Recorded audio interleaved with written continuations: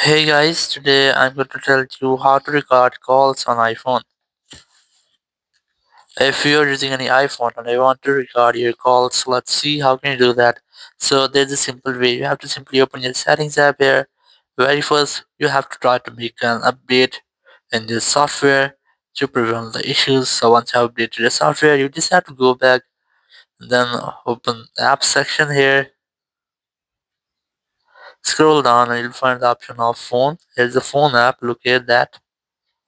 Once you find locate, or phone app, you just have to tap on that. Now scroll down and look for call recording option here. Select that and you can easily enable it from here.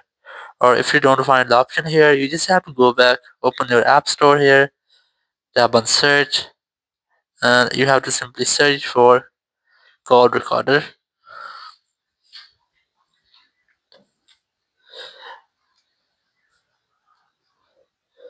So once you find call recorder, you will get different apps. So I recommend you have to download and install this app on your phone. I have already installed it, so you can easily use it on your iPhone, and you can also easily record your calls on your iPhone. Thank you very much for watching the video. Until next video, bye bye.